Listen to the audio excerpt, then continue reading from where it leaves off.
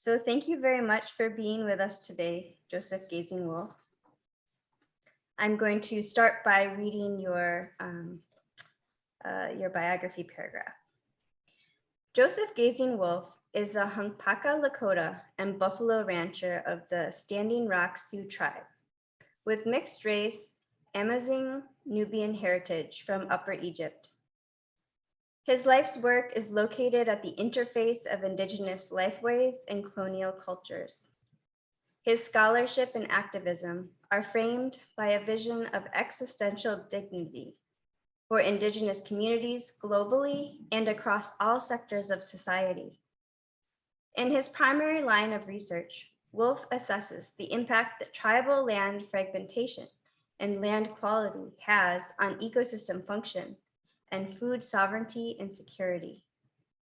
He focuses on the rematriation and conservation of land as a living being, native species such as buffalo and traditional fire in prairie ecosystems.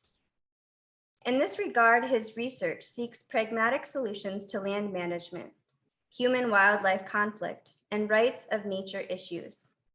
He goes beyond this to utilize anthropological and archaeological and underwater diving research methodologies to aid tribal communities in the preservation of their cultural heritage sites and artifacts.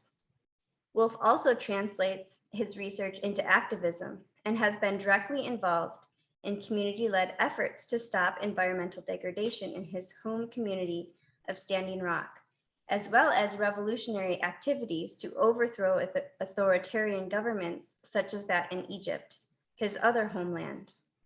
Wolf's research and activism are founded on a strong appreciation for collaborative, community-driven, interdisciplinary knowledge that is a synthesis of traditional ecological knowledge and Western sciences.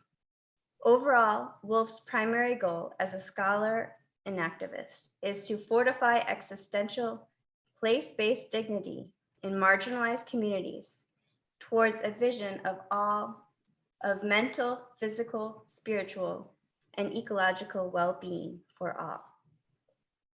Welcome, Joseph, and thank you for being here today. Thanks for having me. It's good to be with you. Would you be willing to start our conversation by describing how your culture has shaped your view of water?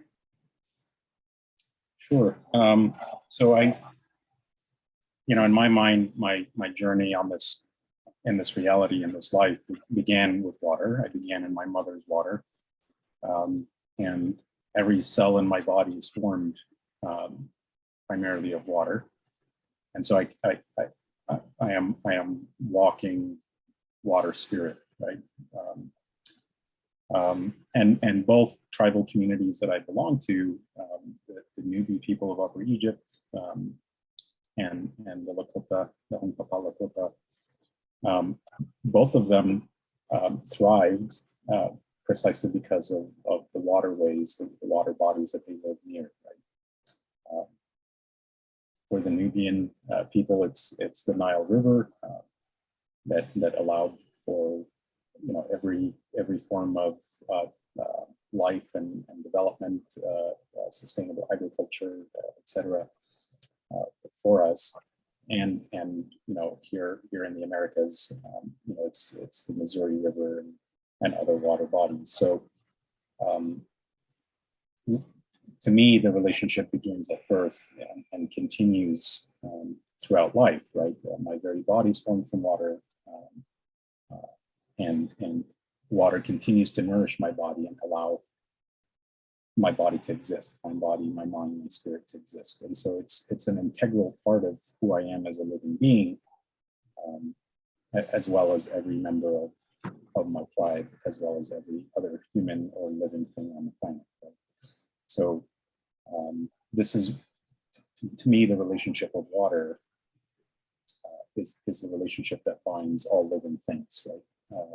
It's the bloodline that runs through every living thing on the planet, and what makes you and I one and the same reality, essentially. So that's kind of what my relationship to water is founded on.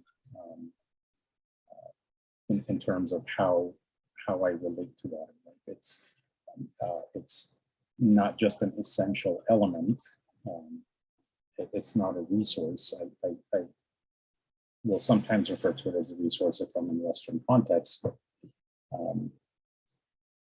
it's not a resource, right? It's a living thing. It's a living spirit, and it's what enlivens all other spirits. So it's essential. It's as essential as the blood vessels in your body.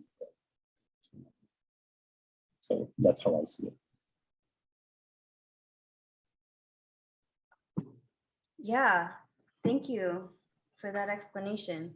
I think that as we're standing here, you know, reflecting back to each other, it is, I like what you said about how water is what keeps us in a similar reality, or something like that, to paraphrase. So how has your worldview shaped your understanding of water and the ways that you study water? Yeah, so I guess one way to look at it is to compare it to kind of a Western understanding, right? If I'm a water scientist in a Western culture or a Western paradigm, you know, water is an object that I go and I study. Yeah, it's important in terms of, you know, I need it to drink, I need it to live, right? I think we're all smart enough to understand that. But it's something to be studied, right? It's something to be poked at, to be collected, to be analyzed, that kind of thing, and to be protected only because it is essential to our life, right? It's a necessary resource. So, you know, I show up to the river, I show up to the lake, I show up to the ocean, or whatever water I happen to study. I go there, you know, focused on what data I'm going to collect, and you know, here's the process, here's the protocol, the scientific protocol I need to follow, et cetera, right? And I go and I collect my data as quick as possible, and then I leave the place, you know, and I never return if I don't have to, right? That's kind of how, in the West, how we study everything, right? As environmental scientists and ecologists, that's what people do, right? Try to spend as little time in the field as possible, go out there, collect the data as quick as possible, come back, analyze it, etc. The way I approach the study of any living thing,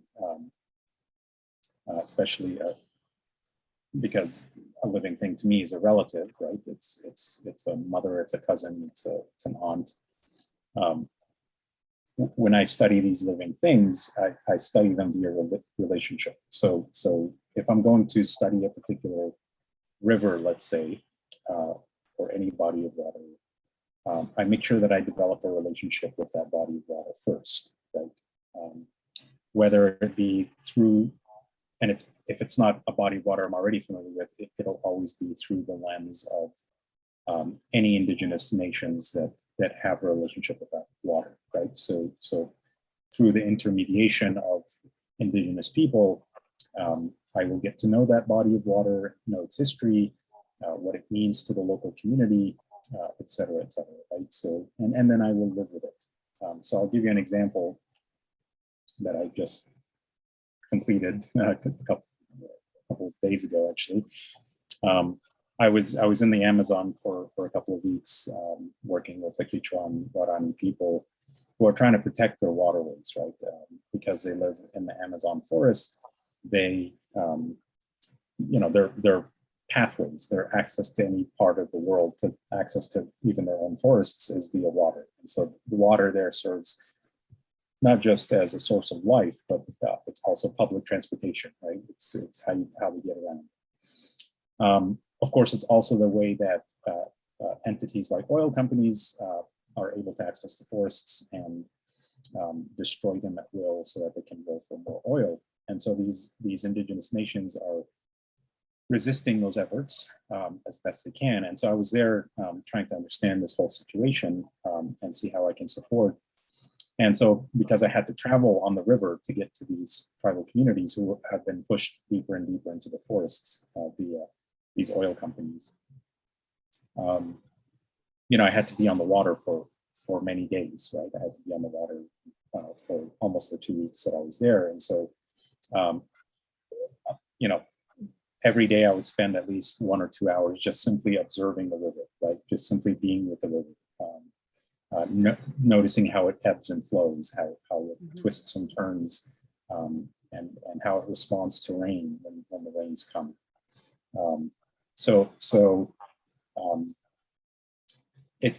Whenever I'm introduced to a new body of water that I'm there to protect or to try and support the communities there to protect, it begins and ends with relationality. Right? So I start to develop a relationship. I continue that relationship while I'm there, and so every day I would go out and greet the river and thank it for all the plenty that it's offering, right? Because every living thing around me depends on it. So that it's not a ridiculous idea to thank water for the life-giving force that it is. When you look at a tree next to you and say, "Oh, that's a beautiful living being." Well, how is that tree living, right? Why is it living? And same thing with everything else that's beautiful that's around you when you're in the Amazon, for example.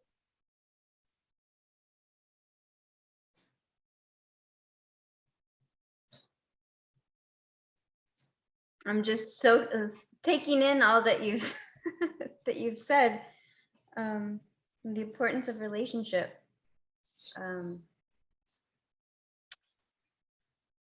So can you talk about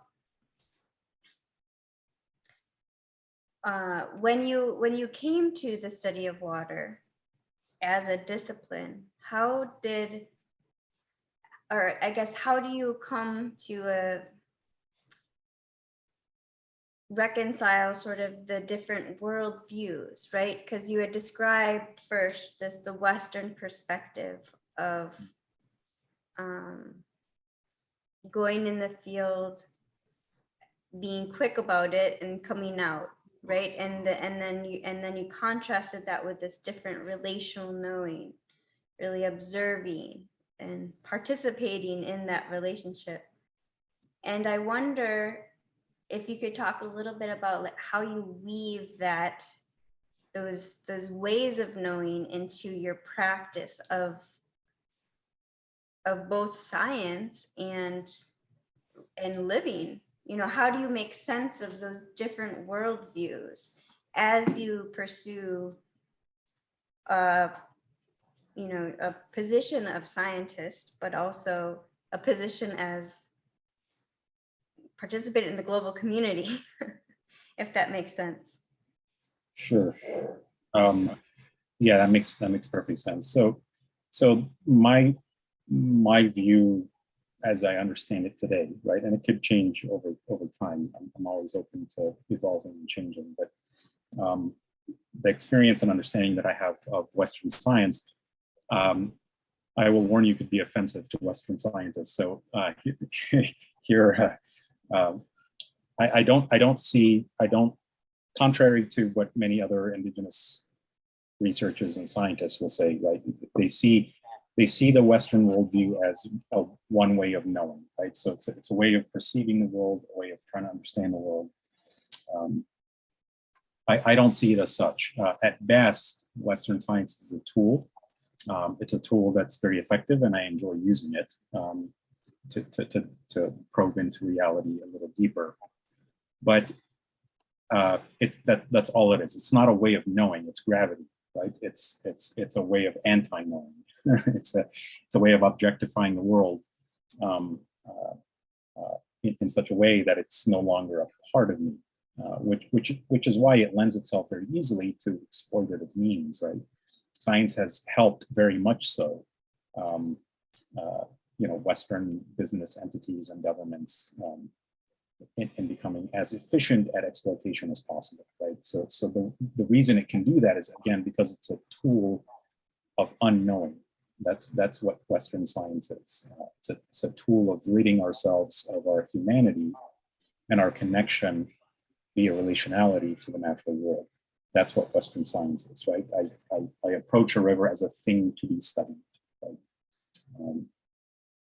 So it could be exploited in every way. We can talk about how you know, oh, we can exploit it to this degree before it becomes, you know, too toxic or too whatever, right? That mentality is gravity. It's not a thing in itself. It's the absence of a thing. So that's how I see Western science. Again, at best, it's just a tool. So the way I see Western folks and how they try to understand the world is that they've simply just lost their way of knowing, right? They've simply lost their own indigenous ways, right? Because we're all indigenous. We're all indigenous to this planet, right? So you're indigenous to somewhere, right? And you once had a relationship with a place somewhere. And what I see the Western worldview as is a derangement. It's a form of insanity, is what it is. It's a derangement of our original ways of being as indigenous people on this planet. Right? I see Western culture as simply an illness. It's a sickness that people can hopefully be healed from. And when I use the term indigenous, what I'm really speaking of today are just the humans who are left over, who have remained in some semblance of humanity, right? The people who have remained human to some extent, these tribal communities that still have relationships to the living beings around them. These are the people I refer to as indigenous today. But in reality, we're all them. We're all us. We're all humans on this planet. And just some of us have become incredibly deranged in our insanity of exploitation. And so,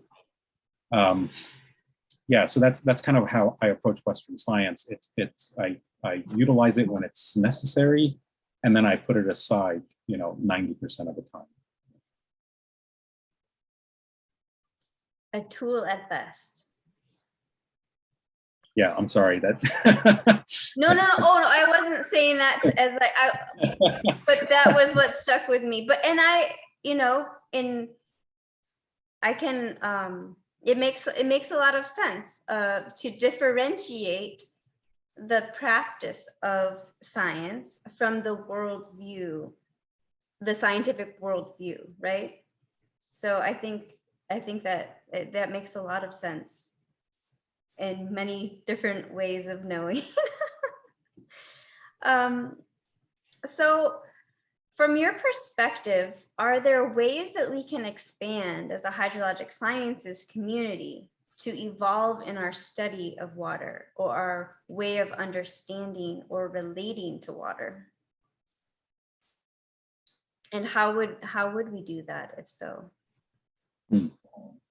Well, I think you and I were having a conversation before where we were talking about, how everything begins with individuals, right? So it takes individuals kind of following suit in order for a system or an institution to continue to survive, right? To continue to do what it's doing, right? So whether it be, police forces that, private security forces that go out and beat and harm indigenous people for resisting oil pipelines, whether it be,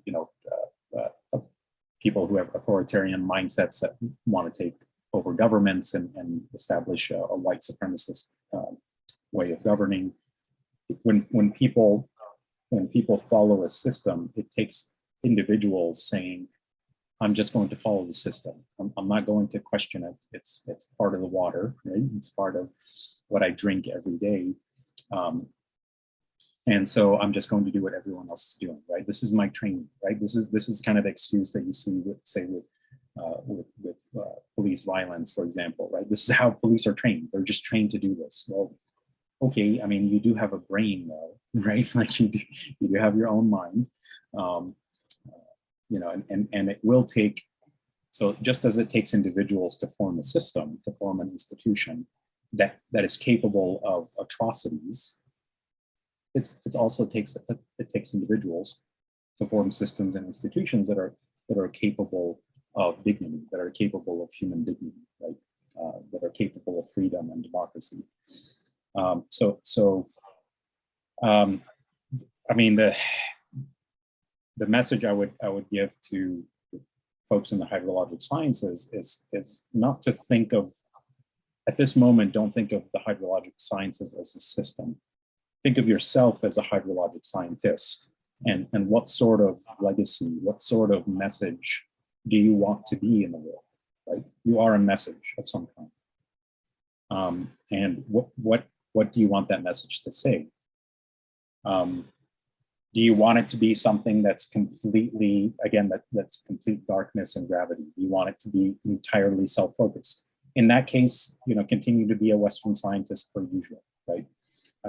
Bolster your CV, get more funding, put out more publications, right? Talk about what a great scientist you are, all of that bullshit. Keep doing all of that, and you'll fit in just fine in the current Western paradigm. If you want to institute a new way, right? If you want to move forward in a new way that's actually effective in terms of preserving the things we care about, water, right? The most essential resource on Earth. If we want to move forward in a positive manner where we maintain our waterways, those beautiful bodies of life-giving blood on this planet, if we want to do that, then it'll take individuals saying, I am a different type of water scientist. I am the water scientist who develops a relationship with the body of water I'm studying, and will put my life on the line to protect it, right? I will go out and protect it. That's part of who I am as a scientist. I hate that word activism. There's none of the work I do is activism. It's responsibility. It's my duty, right? It's responsibility to my mother who gives me life. So just as you would feel a responsibility to protect your children or your partner or somebody you love, you have a responsibility to protect what gives you life. So part of being a scientist, a big part of being a scientist is, to protect the very thing that whose beauty you hope to share with the world, right? Whose importance you hope to share with the world. But that begins with an individual, and we have to have brave individuals that stand up and say, well, no, I'm going to be different, even if that might affect my career, even if that might make me an outcast in my hydrologic sciences community. I'm going to be different, and let what slings and arrows come my way come, right? This is far more important than one person or one career, etc. Right? So we have to realize we are not that important. We're one blip, a little tiny microscopic blip on the map of life, and but we can make great change as individuals. And then when people see our light, when people see how we live our life, they might be inspired to do the same, and that's how you change your world. One of the things that I hear you saying as you speak is sort of reconciling different timelines, right? We have sort of the timeline of our life. We have the timeline of our career, even shorter. And then there's the, this larger timeline of life, or of geographic or geologic time scale. And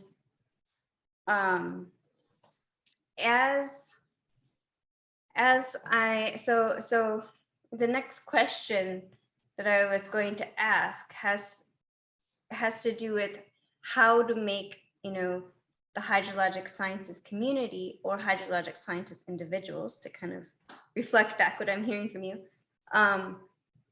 be able to include, broader ways of knowing and being and relating to each other and to water. So as we're trying to incorporate, I guess to use the term that I've heard from you is knowing, right? You're saying sort of anti-knowing or knowing.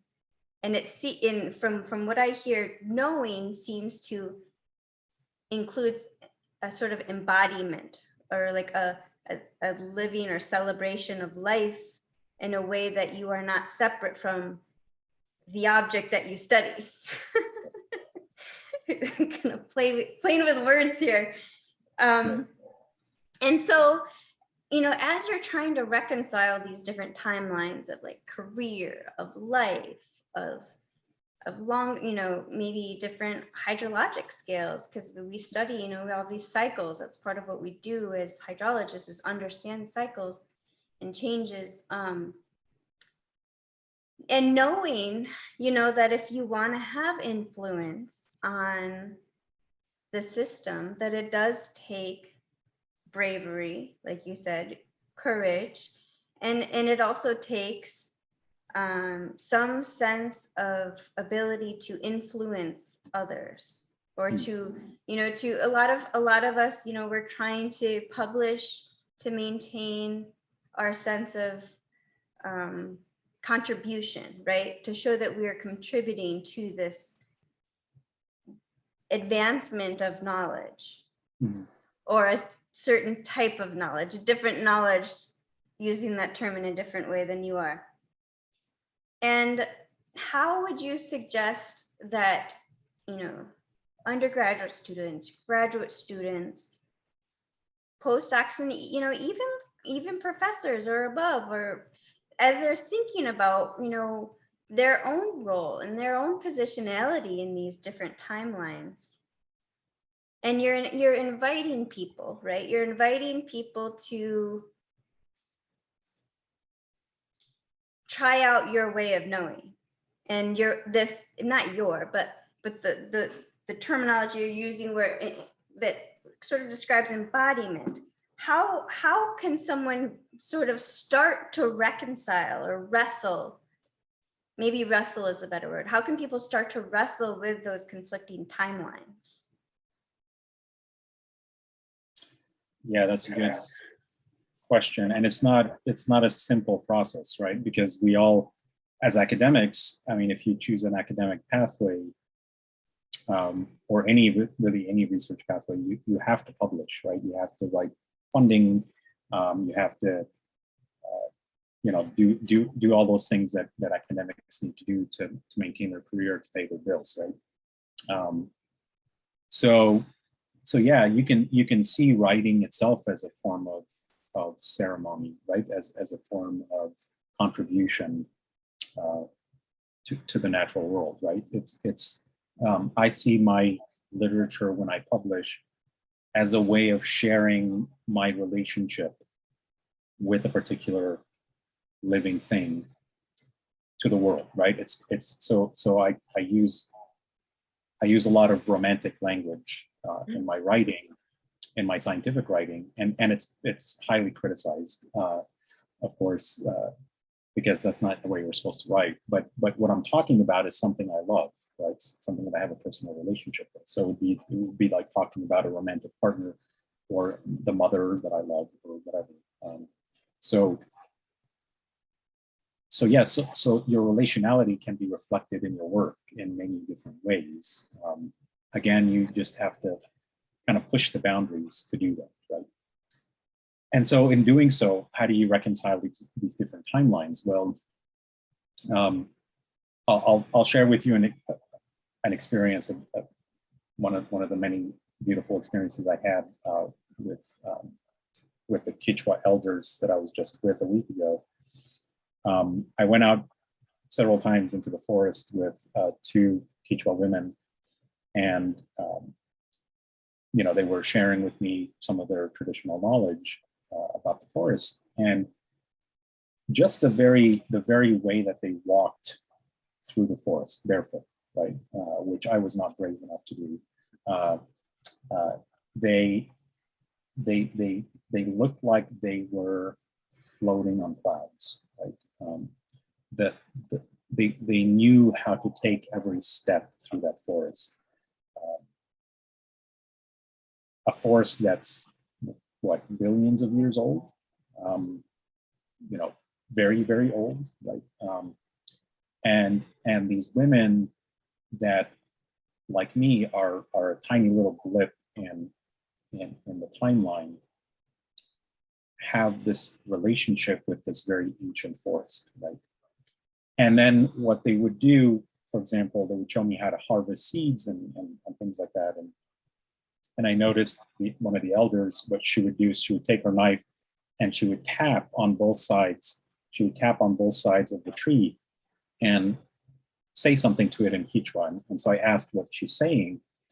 And she said, well, I'm waking my brother up. He's asleep right now. I'm waking him up to let him know that I'm going to take a piece of him with me, and that piece will become a permanent part of me. So she would wake up the tree and ask it respectfully to contribute a part of itself to her life. And then she would harvest whatever part, she would take it with her, she would thank the tree, and she would do it in a particular way to where the tree wouldn't be harmed by her actions, right? So she explained a lot of what she was doing as she was doing it. So you have this person like me who is human, who's going to live 60, 70 years, which again is a blip, but she has this relationship with this ancient tree that's been alive for hundreds, maybe thousands of years. In this forest, it's been around for billions of years. And the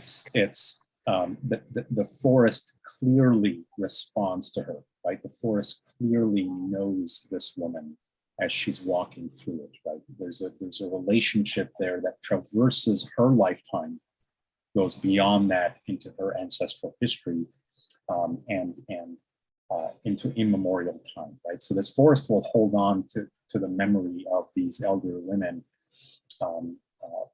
for as long as the forest continues to exist, right? Which may not be for too long if the oil companies like Shell and Chevron and others have their way. So how do we traverse these timelines? How do we reconcile these different timelines? Well, I've been saying that we're just a blip in the timeline, right? That we're not that important, and we're not, right? I'm only one being amongst an entire living species. That's only one amongst billions of living species that have existed on this planet, right? And of course, this planet is only one amongst trillions of planets across the universe. So I am unimportant. At the same, on the other hand, every atom in my body comes from a star, right? Every part of me is a star child, right? I am a star child, and so in many ways I am an immortal being when I see it that way, right? I am the descendant of stars, and so timelines, there are so many different timelines that kind of coalesce into what a human being is, right? I am at once ancient and immemorial, right? I go on forever into the future. I have theoretically, billions of years of history, right? And if the Big Bang was one of many Big Bangs, then theoretically I am also eternal into the past. And so in many ways, I'm unimportant and also extremely important, right? In many ways, I am not that consequential, and yet my actions can be incredibly empowering or incredibly destructive, and can have reverberating effects well into the future, right? And so the question is, what sort of memory do we want to leave behind on the land, right? So I often talk about land scars when I talk about land fragmentation and that avenue of research that I pursue. I talk about land scars, right? Because you can see on the land how humans have caused these scars, right? It's scarified by human activity in the land. Well, the same thing when it comes to the living memory of Mother Earth, right? The Earth will remember us. And how will it remember us for the billions of years to come? That's the question we have to ask ourselves. That's the legacy you're going to leave behind. Humans are going to forget you, right? Give it a generation or two. Your own grandchildren are never, how often do we even remember our grandparents or great grandparents, right? Humans are going to forget you. Mother Earth will always remember you. you will have some impact on her. And what sort of memory do you want to leave behind, right? So you do have an impact on geologic time, you have an impact on universal time, etc. You are an eternal being in many ways. What sort of legacy do you want to leave behind in that timeline? Very important question for us all to ponder.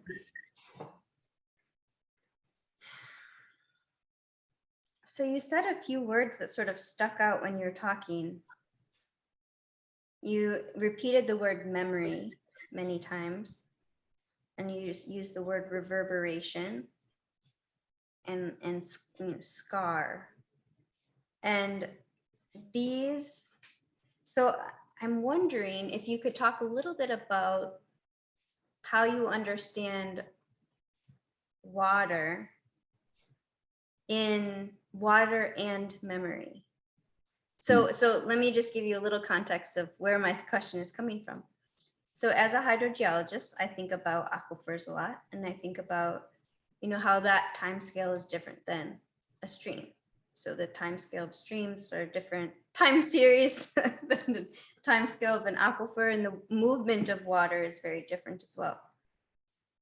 And we use the term memory when we talk in hydrogeology, when we talk about aquifers, like the memory of the aquifer, right? And anything you do, that that pressure gradient will then reverberate through the system and be remembered to the system for many, many years to come. It fundamentally changed the system, whatever you did, right? And so I think there's a very immediate way of understanding that concept of memory when studying hydrogeology that you don't maybe get in other studies because you're looking at things at a slightly longer time scale. So I just wonder if you could talk a little bit about the idea of memory or reverberation in water and your way of understand or your and knowing using those words, if that makes sense. And if that's not clear, I can try to clarify my question. Sure, no, I think that makes sense. So the way I see it is that, my presence, say in the river that I was just in, right? It's a part of the Amazon, right? It's a river that contributes to the watershed there. And when I am developing the relationship that I was developing initially with that river, I would swim in it. I would drink from it. I would try to dive under and open my eyes and see what's there. And so the world that the river has created, both underneath and above the water level, trying to understand its forces, trying to understand how it moves, and how it shapes the landscape, right? So the scars that the river itself draws on the surface of the earth, right? The way that it meanders across the earth also leaves scars, but these are scars that are life-enhancing, right? Life-giving scars, life-giving marks, if you will. So the river itself is kind of making a memory, right? We know that, people who study rivers, for example, they know that, there used to be a river here, and this is why, this land formation looks this way, et cetera, right? So the way water moves across the landscape shapes the landscape, and it leaves that memory behind. But it also takes me as a part of its memory, right? Once I'm in relationship with a particular river or body of water, it takes me as a part of it, right? All the skin that sloughs off my body, hair that falls off my head, etc., becomes a part of that river and feeds into the nutrients that feed the soil, that feed the plants, that feed the fish and animal life that's in the water. So the river itself starts to carry a memory of me, right? And literally parts of me. That's what a memory is, right? When we remember somebody, what we're doing is literally bringing that reality back to mind, right? So the way your brain works, if you study neuroscience, is when you're remembering something, you're actually bringing it back into reality, right? It's literally as if it's here.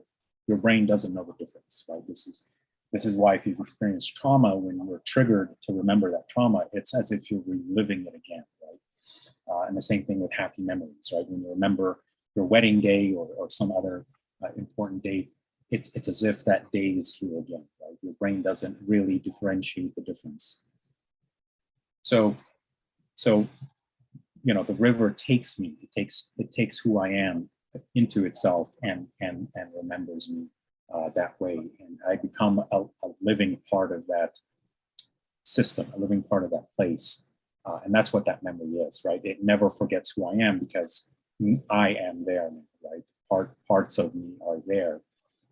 And the river has incorporated, it has essentially embodied who I am as a living being into itself. That's what the river has done.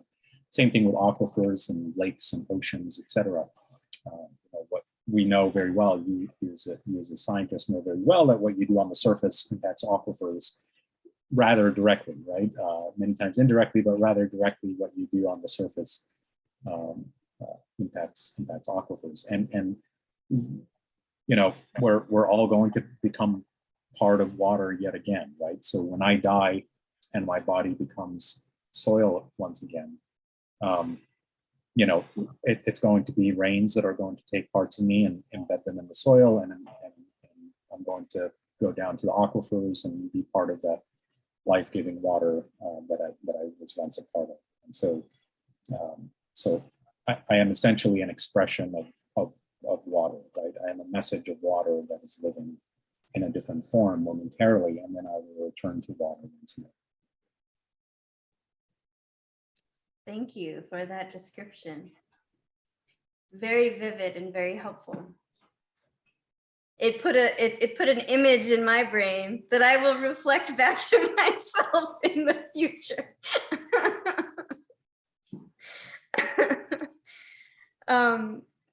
So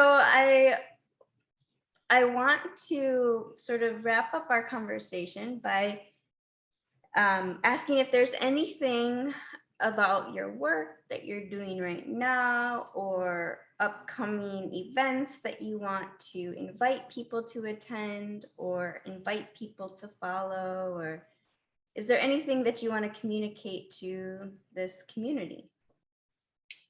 Yeah, there are a couple of things. So on the kind of responsibility part of things, there are crucial, we're at a crucial impasse in terms of protecting water. Oil companies all across the world, every indigenous community I've worked with anywhere in the world that relies on the river is fighting with an oil company or a mining company of some sort, or multiple companies who are trying to come in and completely destroy their waterways. And so I was recently with the Quechua and Guarani people in Ecuador, and they showed me how the oil companies are coming in illegally on tribal lands, illegally, and the Ecuadorian government is doing nothing about it. And they come in with their bulldozers, and you're looking over here at beautiful biodiverse forest, rainforest, and then you look over here and it looks like an absolute graveyard. They come in and every living thing is killed for the purpose of drilling for more oil. So please stay abreast is what I would say. Stay up to date on what's going on with indigenous communities across the world who are trying to protect water, because we all need it, right? So this is your life too, right? And do your best to support these people who are trying to resist these companies, right? So if you're part of a funding body or you're a foundation or something like that, support the people who are doing this work, the activists, I hate that word, but the indigenous leaders who are doing this work to resist these oil companies, and support the Western scientists or indigenous scientists like myself who are doing this work to, right, one of the things I'm trying to do, for example, is have these tribes that rely on oil, on fuel to navigate the waterways in the Amazon. We're trying to build a solar canoe for them so that they have that infinite source of energy to utilize, and they are no longer beholden to the oil companies that come in, right? Oil and gas companies. So if we can help wean them off of gasoline to navigate the waterways, that's one less thing that they need from these gas companies, and they're able to resist them more forcefully. Right? And so support them in every way that you can. On the event side, I would invite everyone to join us in Montreal, Canada in August.